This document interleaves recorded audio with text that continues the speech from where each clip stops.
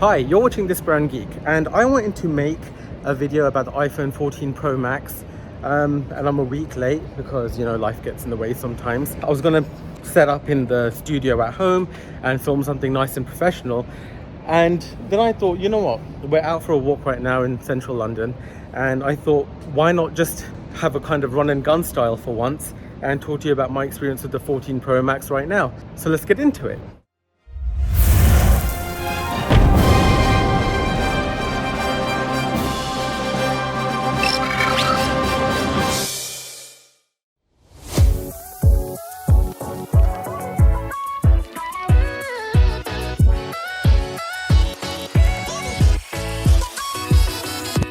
So this right now is being filmed on the front-facing camera. This is the new cinematic, well, this is cinematic mode, but now it shoots in 4K, and this is at 30 frames per second. You can also do at 24 frames per second.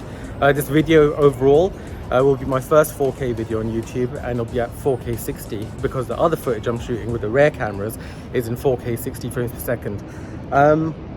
So I just thought, you know what, seeing as we're walking around London, I'll take some footage, talk to you about the phone and what I think about it. Enjoy the video.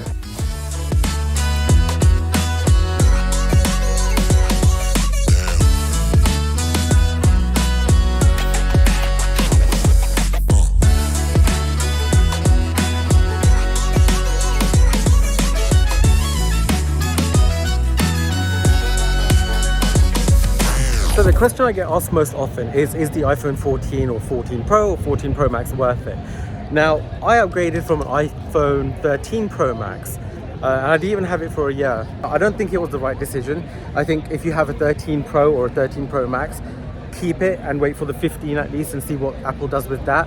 But right now, I am glad I upgraded.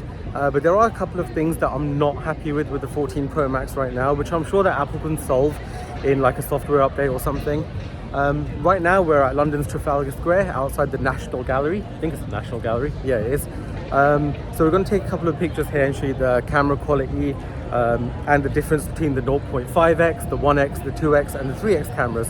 The 2x being the new one, which isn't really an optical zoom. It actually cuts into the sensor because it's a new 48 megapixel sensor on this range of iPhone Pros.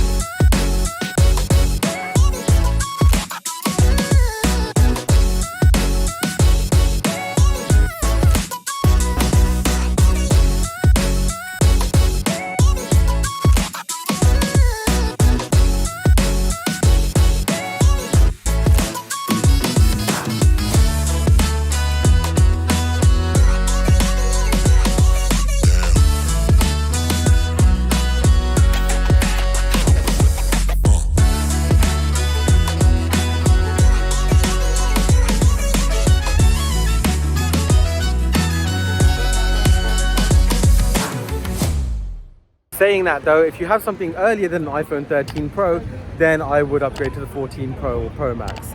The upgrade is quite substantial, especially if you're coming from like an iPhone 11 Pro or something like my wife did. The difference is massive. Right, so I mentioned that I didn't like a couple of things with the 14 Pro Max. Those two things are, number one, battery life. Battery life definitely is not as good as it was on my 13 Pro Max. Now that could be down to the always on screen on the 14 Pro series. So what I did was I turned the always on screen off to see if that would make any difference, and it's made a little bit of a difference, especially when the phone's in standby, but overall no, the 13 Pro Max is still better.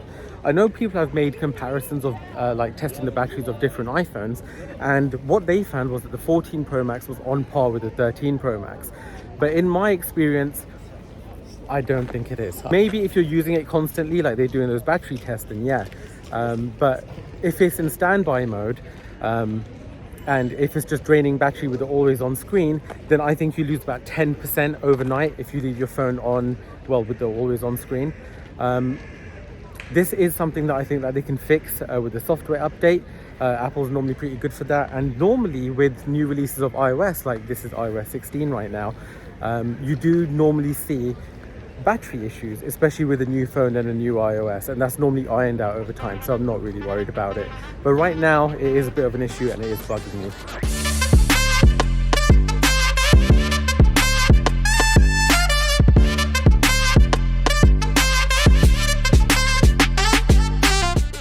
The other thing that's bugging me is the cameras. Now, the cameras in general are fine, but the macro camera especially is bugging me because I feel like I could get closer to objects with my 13 Pro Max than I can with my 14 Pro Max. It just doesn't seem to focus as close as the 13 Pro Max would. And that is a bit of a shame. Again, that might be something that they can fix in software. I haven't really seen anyone else complaining about that, but I've definitely noticed it. Even if you're using the 1x lens to take a picture that's not a macro shot, it still seems to struggle focusing on things nearby. So you normally have to move your phone back a little bit to get pin sharp focus.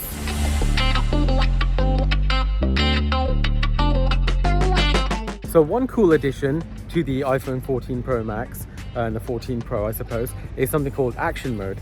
Now, action mode allows you to take video as if you were using a gimbal, but without the gimbal. Oh, quick note, I forgot my DJI Osmo Mobile. So all of this video has been handheld. Anyways, so what I did just now was I filmed something in action mode, walking towards Buckingham Palace. When you do that, it uses the 0.5x lens and it crops in. And it films at 2.8K at 60 frames per second. So you can see that, and it is very stable. Like honestly, I was walking, my hands aren't exactly the most stable, as you can see from these shots, and it was very stable. Then I thought, let's just see how stable it is with the normal 1x, 4K 60, walking towards Buckingham Palace. And again, I was shocked at how stable it was, and that wasn't even in action mode. That is pretty incredible. I can't believe how stable it is, even when not in action mode. So that is really, really, really cool. And compared to the 13 Pro Max, that is a big difference, and I am really happy with that.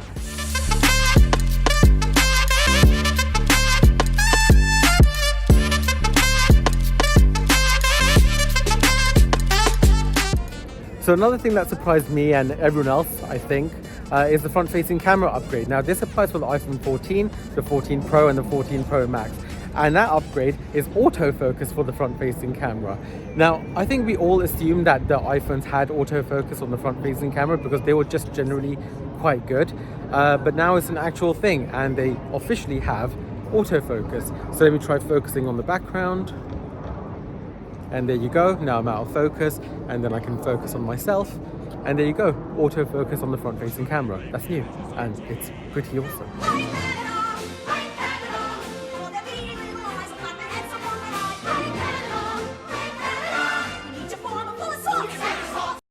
Okay, so real quick, another really cool thing that I want to mention is the low light performance. Now, the way they achieve better low light on the iPhone 14 Pro and Pro Max is that there's a new 48 megapixel sensor.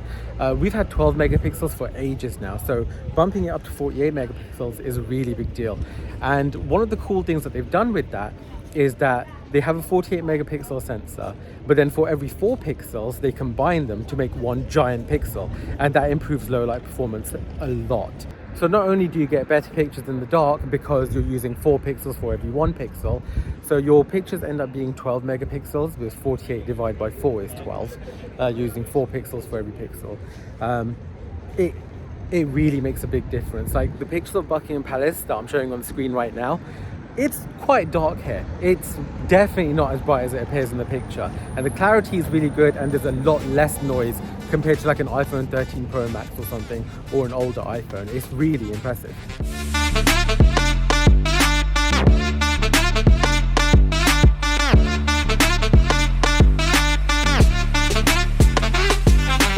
Okay, so what kind of iPhone 14 Pro or Pro Max review would this be without talking about one of the biggest changes, the dynamic island?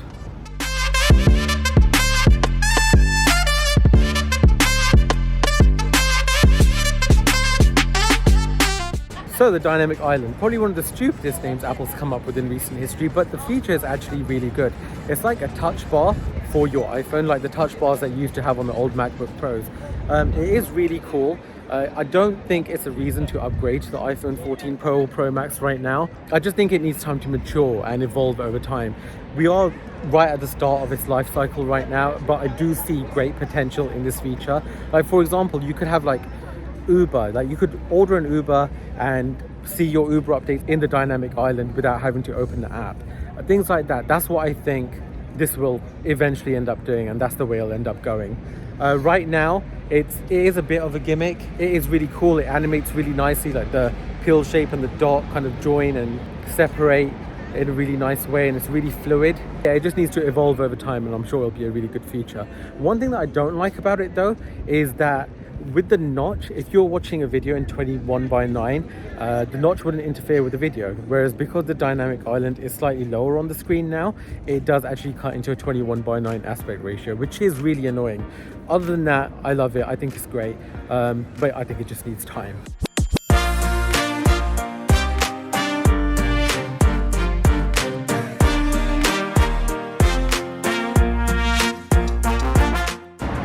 Okay, so in summary, all I'm going to say is that this video was not scripted. I wasn't planning on filming a video today. This is all really quite random. I just thought, seeing as we're going for a walk around London, it'll be fun to film an iPhone 14 Pro Max review. I probably missed 1,000 things because this wasn't scripted. But what I will say is that the iPhone 14 Pro and Pro Max are really, really good iPhones. They're really good devices. Compared to the iPhone 13 Pro Max and 13 Pro, maybe they're not as big a leap as what we were hoping for, especially like the 14 compared to the 13. If you got 13, there's no point. Even if you got a 13 Pro or a 13 Pro Max, probably no point upgrading to a 14 Pro and Pro Max. Like the A16 Bionic processor we have right now is probably not as much of a jump as we were hoping for compared to the A15 Bionic. But when you think about it, the A15 Bionic was already so far ahead of the competition. I don't think they really need to make the A16 Bionic as powerful as, well, they could have.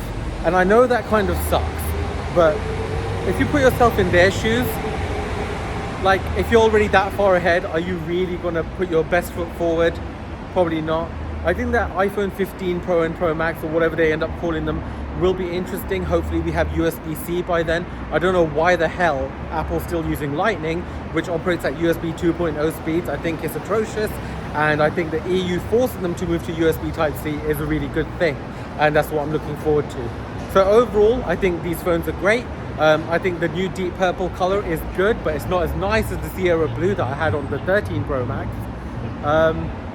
And that's about it. I don't really know what else to say. I've probably forgotten a million things, but I'm glad I filmed this video anyways, and I really hope you guys enjoyed it. If you found this video helpful or insightful in any way, then please hit like, and please do consider subscribing if you haven't already. We have walked like 8 kilometers today. We're going home. See you guys later. Bye.